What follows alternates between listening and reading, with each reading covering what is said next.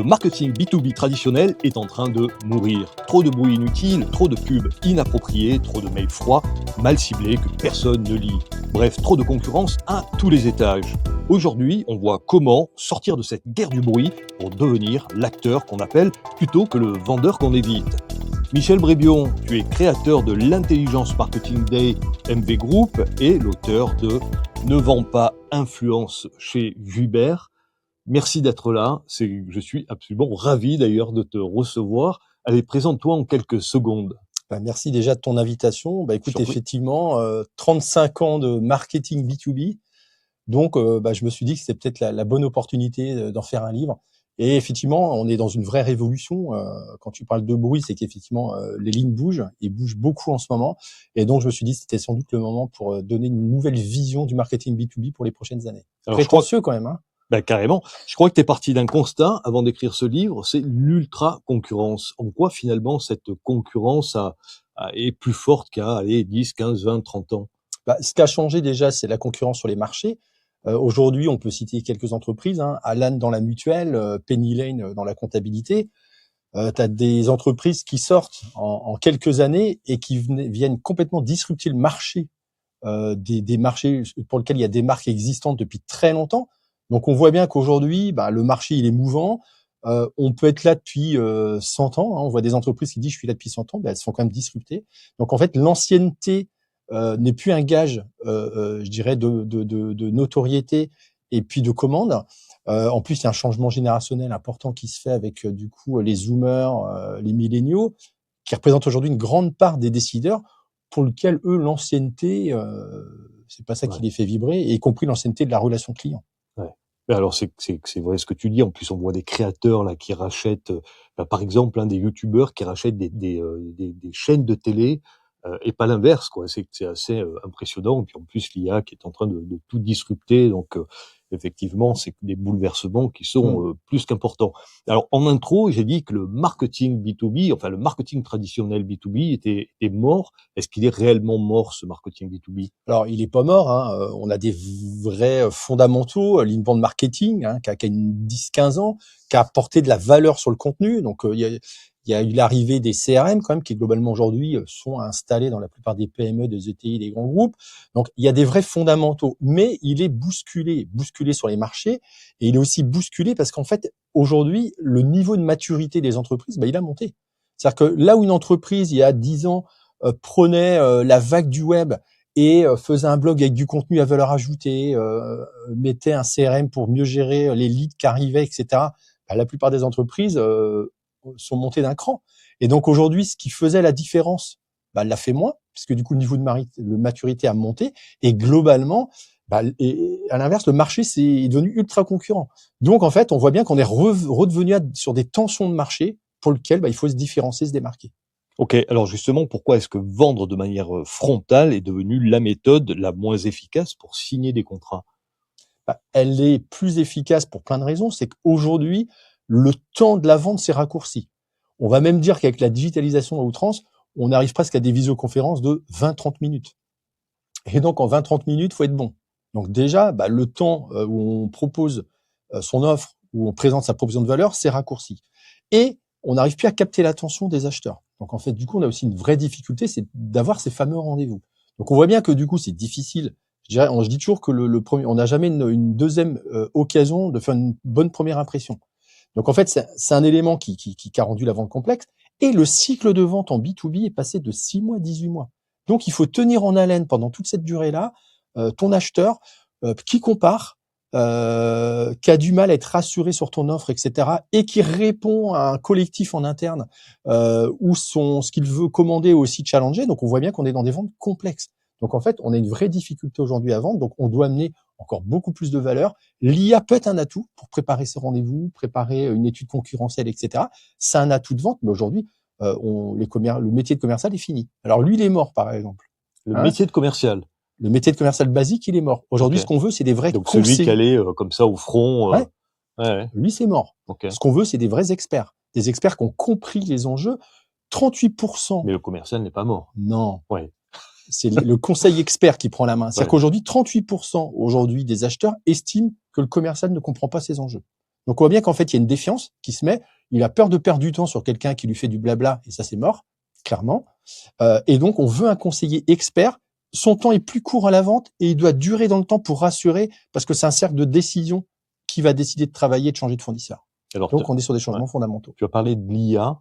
J'ai lu une statistique complètement dingue, c'est 89% des acheteurs en B2B utilisent déjà l'IA pour préparer leur achat.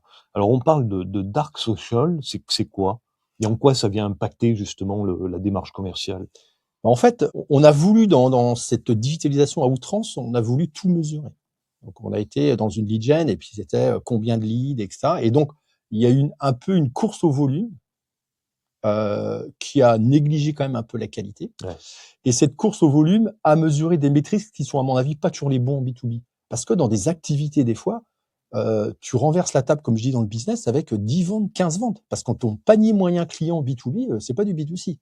Et donc, on a voulu faire du volume parce qu'on a dupliqué un peu le B2C dans le B2B. Et on est venu mettre des métriques.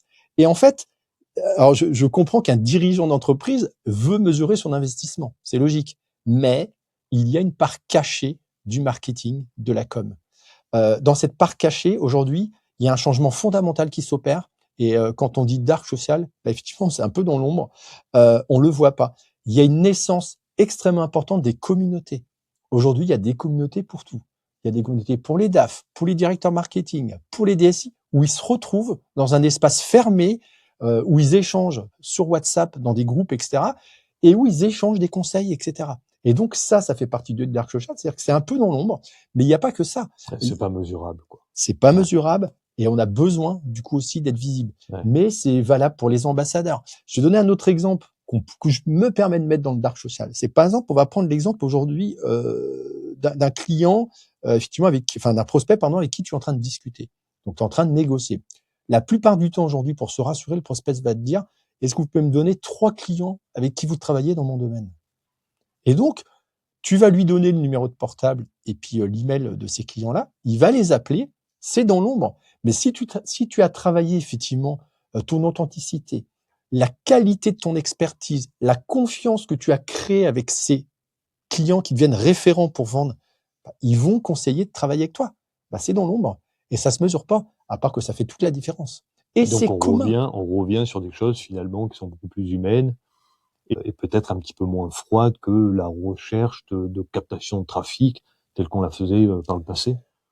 On a voulu faire du volume sur le B2B. Ouais. Donc on bombardait. On a eu tendance, on a eu tendance. Du trafic, c'est ça. Voilà. Ouais. On a une difficulté aujourd'hui dans un marché un peu qui se rééquilibre à capter l'attention. Donc on doit faire moins mais mieux. Et donc on doit revenir à de la valeur, on doit revenir à de l'authenticité, on doit revenir avec une proposition de valeur. Ouais. La proposition de valeur, c'est pourquoi le client va te choisir. Ouais. Et on doit avoir des clients référents qui vont dire: oui, regardez, moi j'ai fait ça avec eux, je suis super content, voilà les résultats. Et donc, on revient un peu à du bon sens. Mais on est quand même toujours, ça me fait mal de dire que ça fait 35 ans que je fais du marketing, mais j'ai pas le choix. On revient quand même toujours au même phénomène, c'est qu'on va jusqu'au bout du système et on l'épuise. Mais ce qui est le cas dans l'économie, ce qui est le cas on sait pas bien faire dans la durée. On va toujours à l'extrême. Et l'automatisation qui devait apporter de la personnalisation. Alors, elle l'a apporté, on a le prénom dans le mail, etc. Elle venait se mettre, du coup, face à 10-15 ans de médias de masse. Hein. Tu te rappelles, on arrosait massivement les boîtes aux lettres, on se disait, on va toucher les gens, c'est bien. Et l'automatisation avait des promesses. Et la promesse, c'était de personnaliser. Et en fait, elle a eu, du coup, ce travers de continuer à faire de la masse, à refaire du volume de contenu, du volume d'email. Il faut revenir à du bon sens, à de la qualité, aux vraies cibles qu'on veut toucher et pour lesquelles on a une proposition de valeur crédible. Donc en fait, on est aujourd'hui dans un marketing de bon sens. Ouais. Donc cette couche humaine, on la retrouve très probablement aussi à travers l'événementiel. Alors parle-nous un peu de ton événement justement Intelligence Marketing Day et comment tu l'inscris finalement dans ta stratégie de captation de leads et de clients. Intelligence Marketing Day, je l'ai créé du coup il y a 10 ans. Ça sera la 10e édition le 16 juin à Rennes. Et j'invite les CMO à venir à cet événement qui s'est fait une place. C'est un des premiers événements sur aujourd'hui digital marketing IA data en France. Et en fait,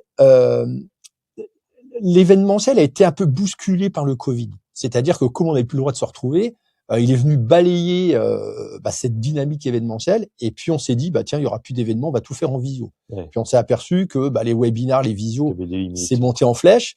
Maintenant, ça se stabilise et on redevient de l'événementiel parce qu'en fait, on est des humains. Ouais. Et d'ailleurs, c'est étonnant parce qu'à chaque fois qu'on parle d'IA, on met toujours en parallèle l'humain. Donc on se dit, voilà, je vais donner comment dire, une représentation un peu imaginaire. C'était du coup la Saint-Valentin il y a pas très longtemps. L'IA, c'est comme si tu veux amener un bouquet de fleurs en plastique, qu'on trouve plutôt sur les tombes, au lieu d'un bouquet de fleurs parfumé qui est plus humain. Tu vois, donc c'est un peu ça. L'IA, ça n'a pas d'émotion, l'humain on a. Donc en fait, aujourd'hui, globalement, l'événement qu'on fait, quand le public sort de cet événement, ils me disent tous, c'est un événement généreux. Tout le monde me dit c'est généreux. Et c'est-à-dire qu'en fait, l'inbound marketing, dont la promesse est de faire du contenu qui parle à la cible, donc qui parle au client idéal, le persona, et qui répond à ses problématiques, en fait, ça n'est pas que pour le contenu, c'est un état d'esprit. C'est-à-dire qu'en fait, ce qu'il faut, c'est être généreux envers ses clients, leur donner les clés de lecture, leur montrer qu'on connaît leurs enjeux. L'événementiel répond au final à une stratégie éditoriale. Au lieu d'être un article de blog, un livre blanc, c'est une conférence, c'est un atelier. C'est strictement la même démarche. Ouais. Et en fait, il faut être généreux, il faut être précis, il faut être expert, il faut être authentique.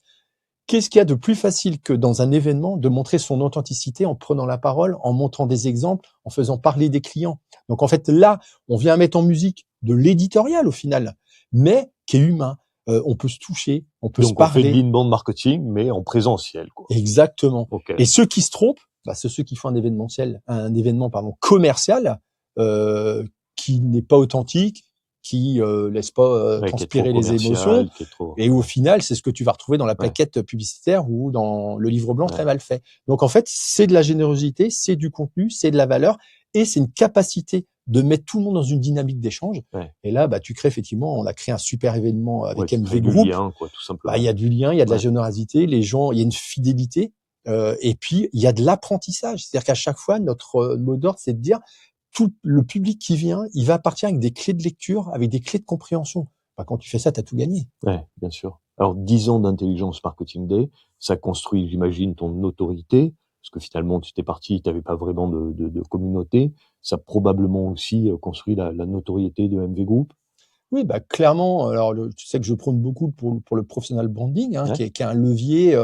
Je pense que chaque entreprise doit avoir des leaders d'opinion qui prennent la parole sur des articles, sur LinkedIn, etc. Alors, ça peut être le dirigeant, mais ça peut être un leader d'opinion, parce que tu peux avoir aussi un expert dans ton entreprise qui a un peu plus de légitimité. Ouais. Donc ça dépend de la posture.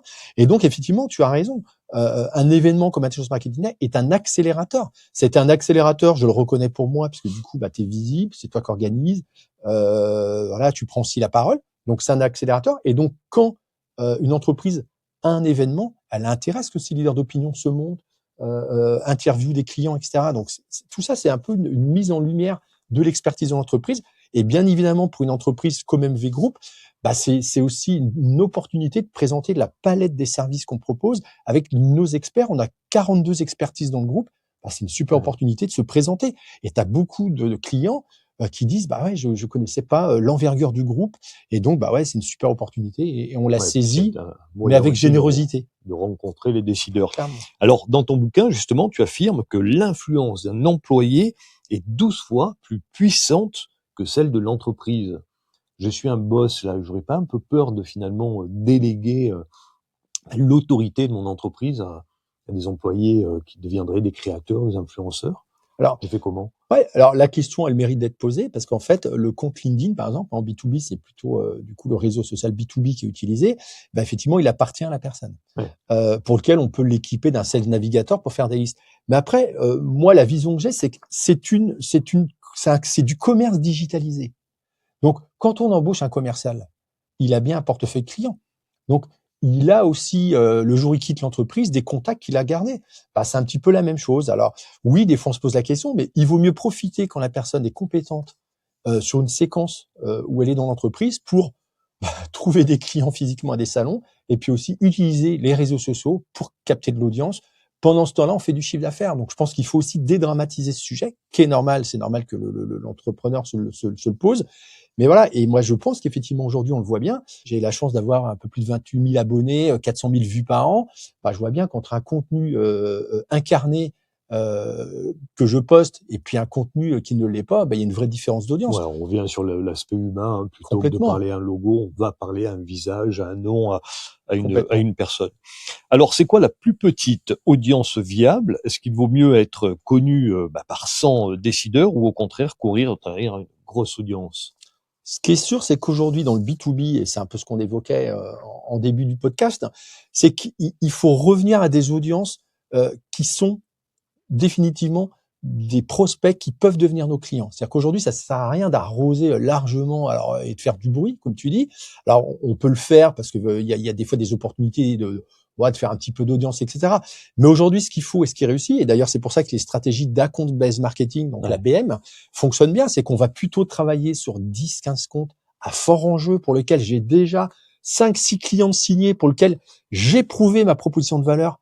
Eh ben, je vais aller chercher des parts de marché sur ces comptes qui sont similaires, ou je vais créer dans un segment de marché une liste de 100 comptes, mais avec l'IA, je vais travailler, mais à mort, la préparation, les enjeux, je vais travailler le cercle de décision. Aujourd'hui, un cercle de décision, c'est-à-dire qu'aujourd'hui, une décision de travailler avec vous, c'est entre 6 et 10 personnes. Et d'où l'influence de l'ensemble de ce cercle. Et donc, c'est ça que je vais faire aujourd'hui en B2B. Je vais faire, en fait, vraiment de la chirurgie, voire de la microchirurgie. Il faut travailler avec de la valeur, faire des vrais choix de cible pour lesquels j'ai une proposition de valeur qui sera écoutée, crédible. Parce que j'ai du mal à capter l'attention. Bah, allons capter l'attention là où je suis crédible. Donc, en fait, il faut retravailler son audience, comme tu dis, viable. Et il vaut mieux travailler pour aller conquérir des marchés que d'arroser Donc largement comme on a pu s'intéresser le à faire. elle, la connaître par cœur Exactement. avant d'engager finalement une démarche commerciale qui pourrait Ah ouais. être un peu à Et côté. si je travaille le cercle de décision, bah, c'est de se dire comment je vais influencer le dirigeant qui est dans la prise de décision, Ouais. le DAF, Ouais. la responsable marketing, Ouais. etc., le DSI. Enfin, ça dépend à qui je m'adresse en entreprise. Et donc, il vaut les mieux que je prescripteurs, les décideurs, les acheteurs. complètement. Ouais. Et, Ok. et aujourd'hui, tu as aussi autour des détracteurs. Et donc, on va souvent, j'en reparle, il y a un vrai aussi changement générationnel. 64% des décideurs aujourd'hui sont milléniaux ou zoomers. D'accord? Et eux, ils ont une approche complètement différente de la nôtre qu'on a un petit peu évoquée tout à l'heure. Mais ils sont peut-être pas aujourd'hui dans le cercle de décision avec la direction générale, mais le premier influenceur d'une décision, c'est l'équipe du dirigeant. Ouais. Et donc, ils sont dedans. Ouais. Et donc, les oublier, c'est rater sa vente. Ouais. Donc, on voit bien que ce qu'on évoque, c'est qu'effectivement, le B2B est en train de changer. Il est en train de muter pour revenir à du bon sens, remettre l'humain au cœur des dispositifs et surtout mieux travailler ses ventes, bien influencer le cercle de décision dans sa totalité et créer de la valeur et en tous les cas apporter une proposition de valeur dans la vente dans un cycle qui est long. Ouais. Et donc, il faut durer aussi. Alors tout à l'heure, tu parlais d'authenticité. Comment on fait pour créer un récit authentique sans non plus tomber dans le truc un peu fake ou un peu niais? Bah, moi, je pense qu'on commet une erreur en marketing. On confond vitesse et précipitation. Ouais. C'est-à-dire qu'en fait, on est tous dans l'urgence. Tous. À chaque fois que tu discutes avec des chefs d'entreprise, et tout le monde court. Et le fait qu'on se soit mis tous à courir fait qu'on a oublié des temps longs. Et pour réussir, pour créer un récit, on a obligatoirement besoin d'un temps long. C'est-à-dire, je sais que la plateforme de marque, retravailler effectivement complètement la vision, etc., ça fait peur à l'entrepreneur. Il se dit, je l'ai fait il y a 10 ans, j'ai pas envie de repasser 3 mois à le faire. On n'est pas obligé de faire ça, on peut faire quelque chose de plus light, mais on doit retravailler un peu son concept de com, on doit retravailler un peu son récit. Et ce récit doit être co-construit dans l'entreprise, parce qu'aujourd'hui, le succès fera qu'il sera porté par tous. De la personne qui répond en tant que CSM, à la limite, je dirais même au standard, partout, on doit porter le récit de l'entreprise, son image, sa marque, ses valeurs. Et c'est ça, il faut se reposer, en fait. Pour justement être dans l'authenticité, il faut se reposer sur ses valeurs et les incarner et trouver qui les incarne le mieux dans l'entreprise. Mais ça doit être diffusé. C'est-à-dire qu'aujourd'hui, c'est un collectif. On a souvent parlé de la symétrie des attentions, qui est une approche, je vous invite à aller voir un petit peu sur Internet. C'est une approche, effectivement, où toute l'entreprise, toutes les parties prenantes participent à porter l'image de l'entreprise. Et du coup, certains sont relais sur les réseaux sociaux. Il faut connaître ces valeurs, les porter Complètement. pour être authentique et embarquer à la fois les collaborateurs et les clients. Ouais, et puis raconter Ok. des vraies histoires personnelles. Ouais.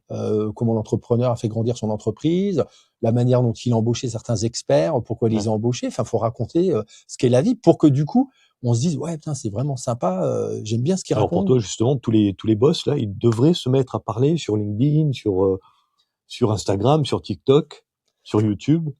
Je pense qu'il faut le faire si on est à l'aise. Ouais. Je veux dire, celui qui est pas du tout à l'aise, il aime pas l'exercice, bon bah, faut pas se forcer non plus. Par contre, si ceux qui sont à l'aise, qui ont des histoires à raconter, bah, effectivement, faut prendre la parole. Mais je pense surtout qu'il faut Et trouver qu'est-ce dans qu'on fait alors des gens qui sont pas à l'aise? eh ben, ils peuvent, non, mais ils peuvent aussi participer à des contenus qui vont être rédigés dans d'autres formes. C'est-à-dire je veux dire, faire un podcast, une vidéo, tout le monde n'est pas à l'aise. Bon, si vraiment tu ne l'es pas et que le rendu ne N'est pas correspond bon. pas à l'image, bah, faut pas Ouais. se forcer non plus. Ouais. Donc, on peut trouver d'autres formats pour s'exprimer. Ouais. Et après, il faut trouver en tous les cas dans l'entreprise des leaders. Et donc, c'est plutôt là, il faut se dire, bon voilà, toi, tu es à l'aise, tu t'incarnes bien les valeurs, etc. Et puis, le dirigeant, il va peut-être plutôt être dans un article, plutôt dans un interview papier. Aujourd'hui, il y a un vrai retour aussi du média, de la presse, etc. à cause du coup du géo, puisqu'en Ouais. fait, du coup, l'IA va chercher du coup pour référencer des forums, va rechercher Des effectivement sources, des articles de ouais. presse, donc des sources qui étaient un peu mises de côté, qui reviennent un petit peu au devant de la scène. Et donc là, il y a aussi de la place pour le dirigeant dans cette Ouais. expression-là.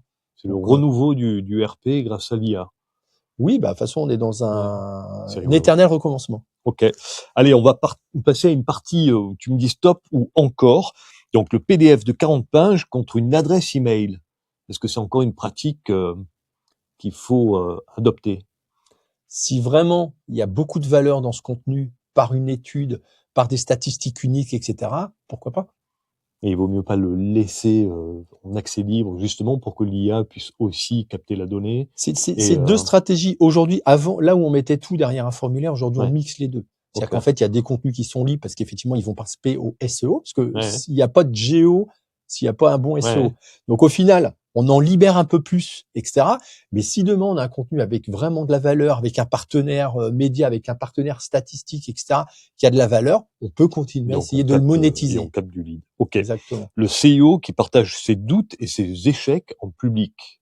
Alors, tu l'as déjà dit. Hein, mais... ouais, moi je trouve ça plutôt bien si c'est sincère, si c'est authentique. Si Ouais. par contre c'est bullshit et que c'est juste pour faire de l'audience, bah ça se verra et bah il le verra sur ses statistiques. Ok, automatiser 100% de sa prospection sur LinkedIn. Je suis contre l'automatisation. D'une manière générale, c'est elle qui vient un peu détruire la valeur qu'on avait créée sur le marketing, inbound marketing. Ouais. Donc en fait non, je pense qu'il faut pas automatiser 100%, faut justement en faire moins, en faire mieux et venir créer vraiment de l'authenticité, de la valeur. Il y a des carousels qui marchent bien, il y a des vidéos courtes qui fonctionnent bien. Il vaut mieux multiplier des formats à partir d'un contenu maître, pardon. Donc moi j'aime bien cette idée d'avoir un contenu maître, un contenu très travaillé avec des chiffres clés, vraiment avec de la valeur et qu'on éclate plutôt en formats différents pour créer de l'audience, mais pas d'automatisation tout azimut. Ok, utiliser l'IA pour générer 10 articles de blog par jour. Toujours la même punition, ça va pas aller loin. Ok, créer un podcast d'entreprise pour interviewer ses propres clients. Ben ça, c'est une très bonne idée si c'est fait avec sincérité, qu'on va chercher de la valeur, qu'on va effectivement mettre aussi en avant du coup ses clients, parce qu'en fait, c'est du donnant-donnant. Hein, le client il va aussi demander à ce que ça aide à son image de marque, et donc, bah, si c'est donnant-donnant, c'est une super idée. Ok. Et c'est assez moderne. Cool. Ok, Michel, tu as un budget marketing limité. Où est-ce que tu mets tes prochains 1000 € pour générer de l'influence?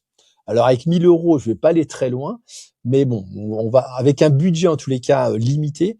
Moi, ce que je ferais, c'est que je ferais du professional branding, c'est-à-dire que j'irais travailler du coup régulièrement la prise de parole du leader d'opinion de l'entreprise sur LinkedIn pour véritablement travailler l'image, travailler l'authenticité et puis avoir une sorte de rythme de prise de parole qui peut relayer des événements de l'entreprise, des actualités de l'entreprise. Donc c'est là que je mettrais en tous les cas un budget de 10 000 €. Tu vois, j'ai déjà multiplié par 10, mais que je mettrais rapidement ce budget. Ok, le responsable marketing qui galère à générer des leads, quel est le premier réflexe là finalement à abandonner pour enfin capter l'attention des décideurs?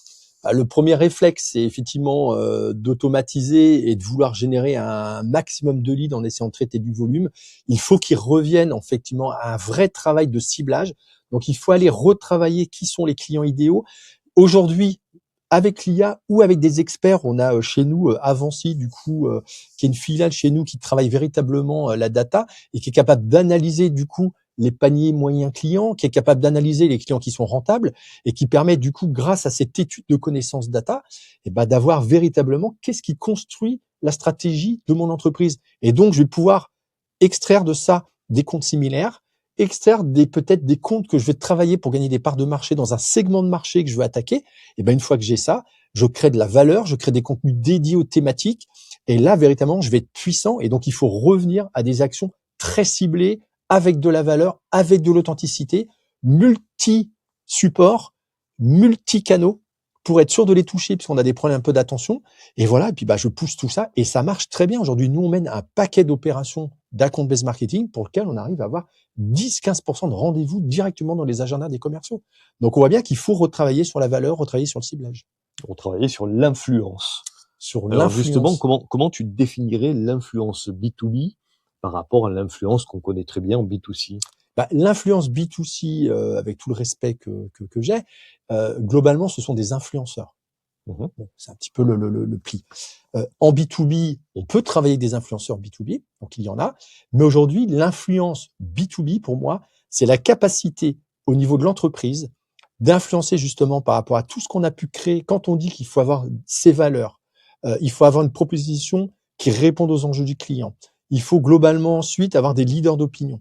Du coup, tout ça, faut prendre la parole, faut le mettre en musique. Et du coup, je vais intégrer toutes les parties prenantes de l'entreprise. Et ces parties prenantes, je vais leur donner les moyens de s'exprimer pour véhiculer une image positive, se démarquer, se rendre incontournable. Et c'est ça que je mets en musique. Et donc, c'est pas du tout du B2C. Le B2B, ça se fait au cœur de l'entreprise. C'est porté par toutes les équipes.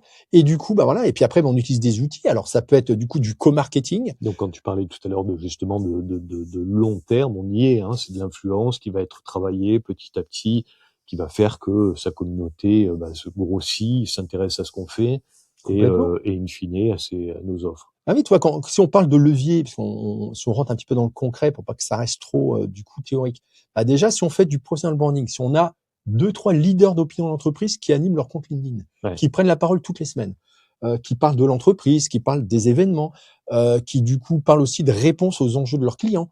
Du coup, on va dire, dis donc, tiens, c'est intéressant, je l'ai vu, puis ils incarnent, c'est des gens, c'est des humains. Ça, c'est intéressant.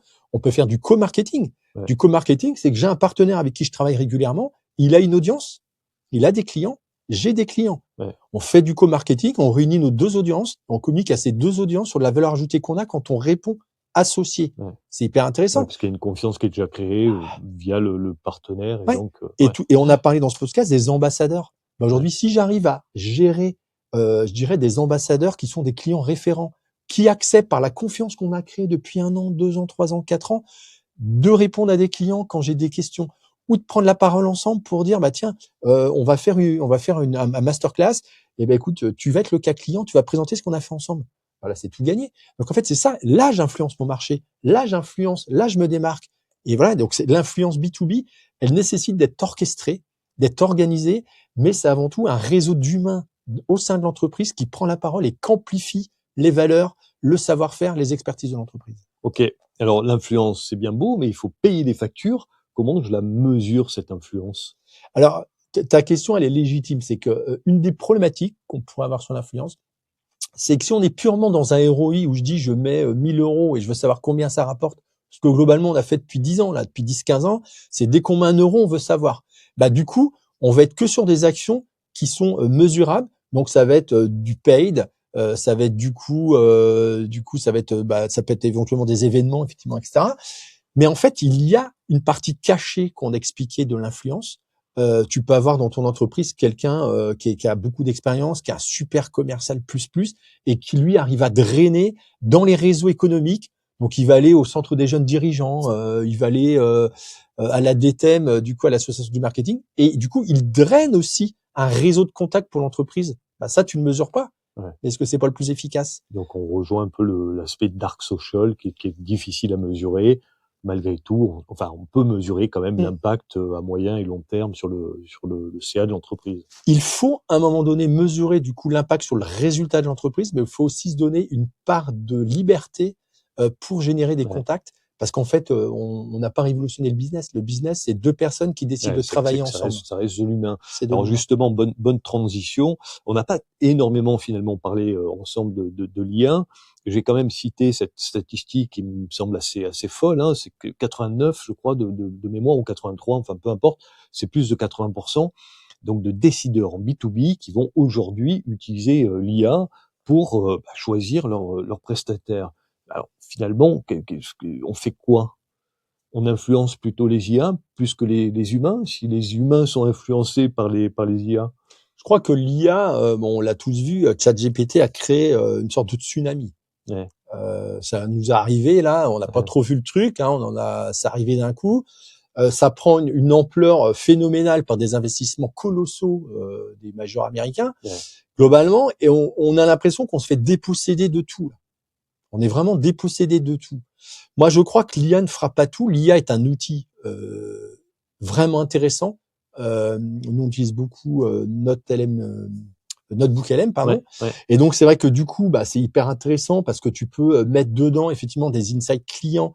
Tu peux aller chercher des pages produits, etc. Et puis, ça t'aide du coup à bien comprendre la découverte client. Et tu vas pouvoir comme ça analyser ce que j'ai posé les bonnes questions pour comprendre les enjeux de mon client et vraiment lui faire une proposition très adaptée. Ouais. Donc, l'IA a de la valeur. Mais effectivement, ça fera pas tout. Et donc, il faut effectivement travailler l'IA, c'est-à-dire qu'en fait, travailler le référencement sur ces IA. Donc, on voit bien que quand tu as un bon socle SEO, nous, on travaille pour effectivement être référencé en géo, donc qui demande effectivement une expertise bien différente. Et là, on a bien besoin d'agences expertes pour pouvoir le mener à bien, parce que c'est quand même donc assez complexe. Le GEO, c'est le référencement dans les IA. Dans les IA, c'est la capacité à ce que sa marque soit citée par les IA. Complètement. Et donc, on doit retravailler, c'est exactement ce qu'on dit, on doit retravailler sa marque, on doit se démarquer, on doit reprendre la parole sur sa marque. Donc, le branding est de retour. 64% aujourd'hui des directions marketing disent que le branding doit redevenir un enjeu majeur. Donc, le branding est de retour pour parler de sa marque et remonter dans les IA. Donc, en fait, on vient redistribuer ce qu'on a mal fait. En fait, avant, on faisait pas mal de branding, on a un peu arrêté pour faire de la lead gen 100%. On réduit un peu la lead gen avec beaucoup de volume pour revenir faire du branding, donc un peu retour en arrière, mais c'est toujours un peu comme ça dans le marketing. Et donc là, c'est intéressant de se dire, je bosse ma marque, je reviens un petit peu sur du média pour être cité, et je remonte du coup dans les IA.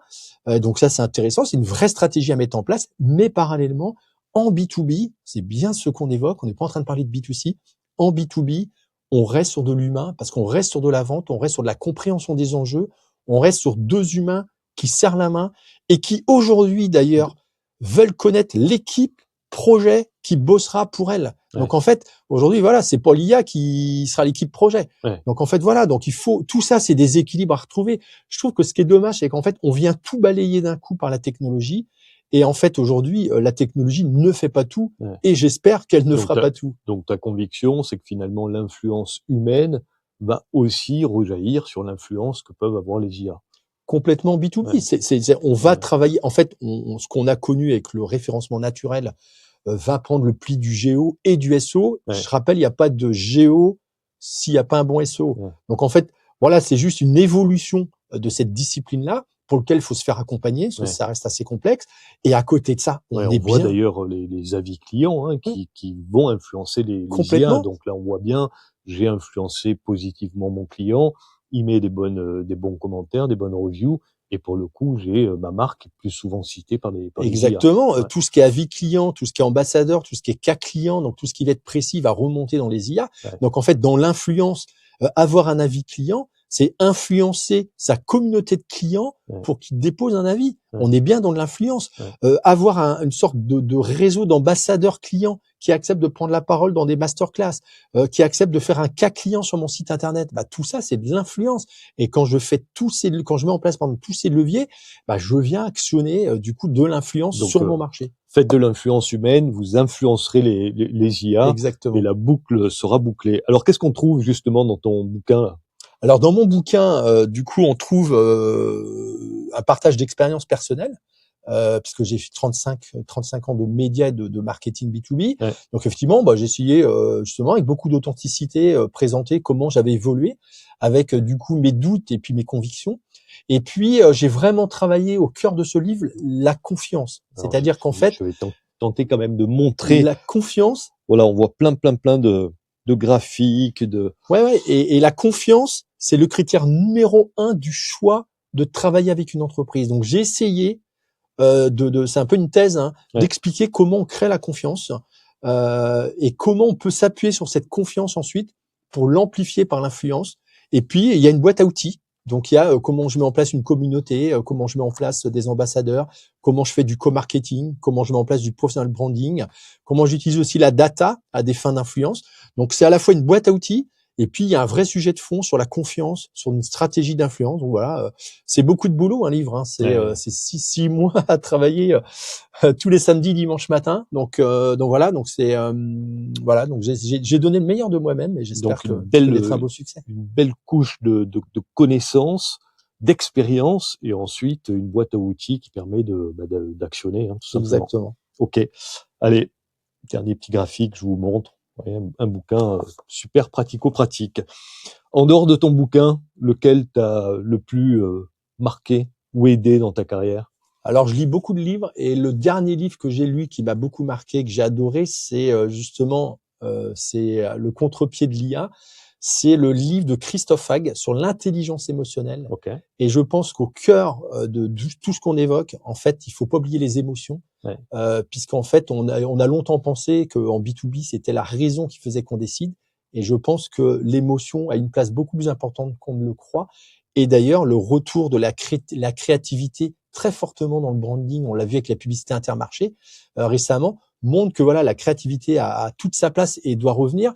Il y a une statistique. D'ailleurs, je me permets de te couper, le fait de dire que c'était que ça avait été conçu sans l'IA a été alors pas que, mais un des facteurs qui a fait que cette publicité a eu le succès mondial qu'on y connaît. Mais même plus basiquement, on s'est aperçu là dans les dernières études de Forrester qu'aujourd'hui, une proposition commerciale qui répond bien évidemment aux enjeux en B2B du client, mais qui a un côté graphique qui est assez ludique à lire, fait gagner la vente. Et donc, on voit bien qu'aujourd'hui, on a oublié notre émotion. Et donc, Intelligence émotionnelle de Christophe Hague, il y a un livre qui m'a vraiment plu parce qu'il remet un peu le clocher donc super, du village. Super complémentaire au tien. Super complémentaire. Voilà. Bon, vous allez vous précipiter en librairie pour vous offrir ces 2 bouquins. Merci beaucoup, Michel. À bientôt. Merci à toi, Stéphane. À bientôt. Cette conversation n'est qu'un aperçu. Pour approfondir toutes les stratégies et les idées de notre invité, la suite se trouve dans les pages de son livre, édité par Vuibert et disponible dans toutes les bonnes librairies. Retrouvez chaque mois un nouvel auteur et une nouvelle vision du business en vous abonnant à ce podcast. Le Réveil Business est votre podcast et il grandit grâce à vous. Si cet épisode vous a été utile, soutenez-nous en laissant 5 étoiles ou un commentaire sur votre plateforme d'écoute préférée. C'est ce qui nous aidera le plus à faire connaître le podcast. Allez, merci et à bientôt.